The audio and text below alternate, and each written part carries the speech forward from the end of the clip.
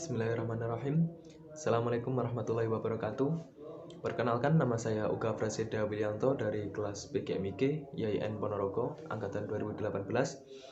Pada video kali ini saya akan membahas mengenai intelijensi sebagai pemenuhan tugas akhir atau pemenuhan tugas UAS mata kuliah Psikologi Pendidikan. Baik, yang saya akan bahas yang pertama yaitu pengertian dari intelijensi. Intelijensi adalah suatu istilah yang sangat populer. Bahkan hampir semua orang sudah mengenali istilah tersebut. Biasanya seseorang mengemukakan si A tergolong orang yang pandai atau yang berintelijen, dan sedangkan si B tergolong orang yang bodoh atau kurang cerdas atau kurang intelijen. Nah, istilah intelijen tersebut sudah lama dan berkembang dalam masyarakat sejak zaman Cicero, yaitu kira-kira 2000 tahun yang lalu, dan merupakan salah satu aspek alamiah dari seorang. Intelijensi bukan merupakan kata asli yang berasal dari bahasa Indonesia. Akan tetapi, intelijensi merupakan kata yang berasal dari bahasa Latin yang dari kata intelligentsia. Nah, dari kata intelijensia ini sebenarnya berasal dari kata inter dan juga lego. Inter yang berarti di antara, sedangkan lego berarti memilih. Sehingga intelijensi pada mulanya mempunyai pengertian kemampuan, memiliki kemampuan untuk memilih suatu penalaran terhadap fakta atau kebenaran. Nah, intelijensi menurut Wistim dalam Abu Ahmadidan Widodo Supriyono mengemukakan bahwa intelijensi adalah suatu daya jiwa untuk dapat menyesuaikan diri dengan cepat dan tepat di dalam situasi yang baru. Sedangkan intelijensi menurut David Wessler adalah kemampuan untuk bertindak secara terarah, berpikir secara rasional, dan menghadapi lingkungan secara efektif. Secara garis besar, dapat disimpulkan bahwa intelijensi adalah suatu kemampuan mental yang melibatkan proses berpikir secara rasional. Nah, itu tadi merupakan pengertian pengertian dari intelijensi tersebut. Dan saya ingin membahas macam-macam intelijensi. Yang pertama yaitu ada intelijensi verbal, yaitu kemampuan untuk berpikir dengan kata-kata dan menggunakan bahasa untuk mengemukakan makna. Jadi, seorang yang memiliki intelijensi secara verbal ini lebih memiliki kemampuan yang lebih pada kemampuan berbicara atau verbal. Nah, cenderung pada seseorang yang memiliki intelijensi verbal ini biasanya menjadi penulis atau jurnalis dan juga pembicara. Yang kedua yaitu ada intelijensi keterampilan matematis. Intelijensi ini merupakan kemampuan untuk menjalankan operasi matematis. Peserta didik dengan kecerdasan logikal matematikal yang tinggi memperlihatkan minat yang besar terhadap kegiatan eksplorasi. Selain itu, mereka juga suka mengklasifikasikan benda dan senang berhitung. Berhubungan dengan hitung, intelijensi keterampilan matematis ini sangat memiliki hubungan yang sangat erat. Jadi, seorang yang memiliki intelijensi keterampilan matematis biasanya lebih pandai dalam menggunakan operasi hitung atau melakukan operasi penghitungan. Nah, orang-orang dengan intelijensi ini biasanya cenderung memiliki profesi ilmuwan, insinyur, ataupun akuntan. Yang selanjutnya ada intelijensi kemampuan ruang, yaitu kemampuan untuk berpikir secara 3 dimensi, cenderung berpikir secara visual. Nah, mereka yang kaya dengan kemampuan intelijensi ruang ini kaya akan khayalan internal atau internal imagery, sehingga cenderung memiliki imajinatif atau kreativitas yang tinggi. Cenderung biasanya orang yang memiliki kemampuan intelijensi ruang ini menjadi arsitek ataupun seniman dan juga pelaut.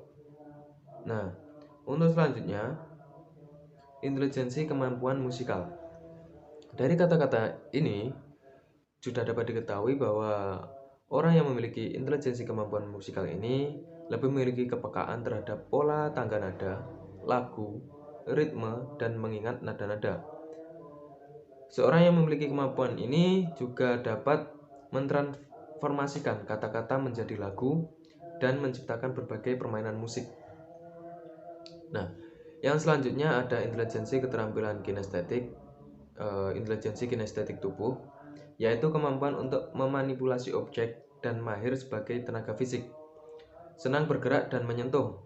Cenderung orang yang memiliki intelijensi keterampilan kinestetik tubuh ini berprofesi menjadi ahli bedah, seniman yang ahli pada bidangnya, dan juga penari karena berkaitan dengan olah tubuh tersebut.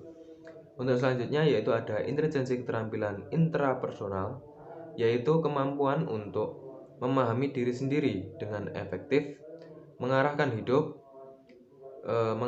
seseorang, memiliki kepekaan perasaan, memahami diri sendiri, dan mampu mengendalikan diri dalam konflik. Cenderung orang yang memiliki kemampuan intelijensi keterampilan intrapersonal ini menjadi seorang teolog ataupun psikolog. Nah, selanjutnya ada faktor-faktor yang mempengaruhi intelijensi. Yang pertama yaitu ada faktor hereditas atau pembawaan. Salah satu faktor yang sangat menentukan dalam intelijensi ini itu ada faktor keturunan atau sifat-sifat dan ciri-ciri yang dibawa sejak lahir. Nah, pendapat ini atau pendapat hereditas dan atau pembawaan ini yang mempengaruhi intelijensi itu dipengaruhi oleh filsafat nativisme yang beranggapan bahwa setiap manusia dilahirkan sudah membawa potensi-potensi tertentu. Nah, yang selanjutnya ada faktor lingkungan. Pemahaman tentang faktor yang berhubungan dengan lingkungan ini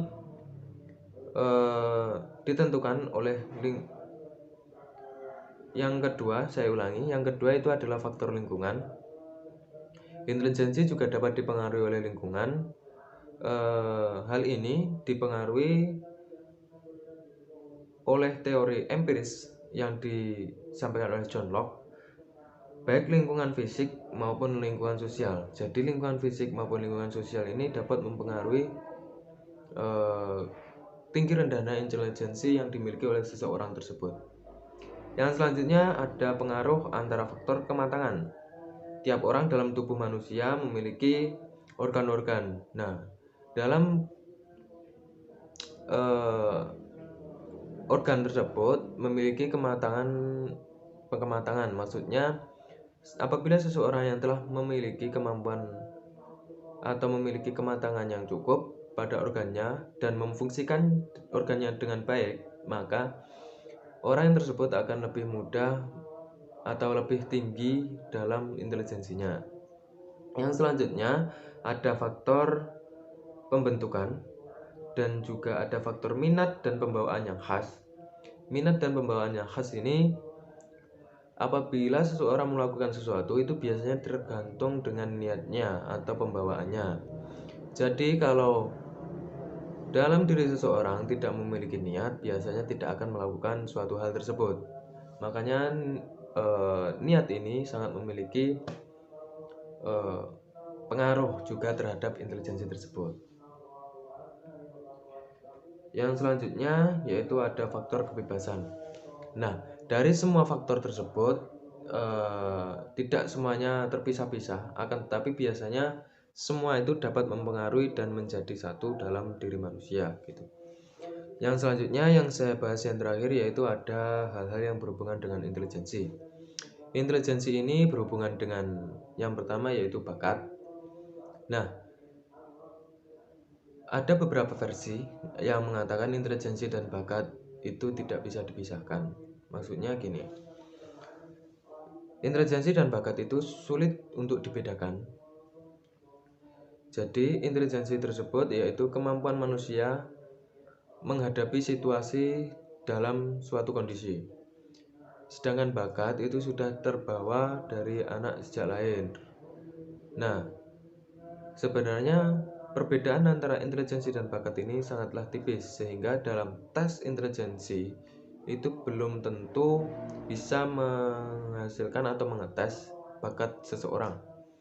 Karena intelijensi ini lebih bersifat secara umum dan bakat lebih bersifat pada khusus pada diri si pemilik bakat tersebut. Yang selanjutnya yaitu hubungan intelijensi dengan kreativitas. Seorang yang memiliki intelijensi biasanya memiliki kreativitas yang tinggi. Tapi orang yang memiliki kreativitas bisa dikatakan sudah memiliki intelijensi. Sedangkan orang yang berintelijensi tinggi belum tentu dia akan memiliki kreativitas. Nah, yang selanjutnya itu ada hubungan intelijensi dengan kehidupan.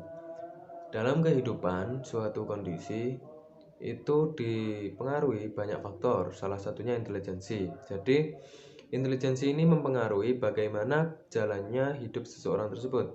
Maksudnya, apabila seseorang mampu beradaptasi dengan kondisinya dengan kemampuan intelijensi yang dimiliki seseorang tersebut, maka orang tersebut akan dapat bertahan dalam kehidupan yang dijalaninya, seperti itu. Nah, mungkin cukup sekian pembahasan kita pada hari ini, dan apabila ada kesalahan mohon dikoreksi.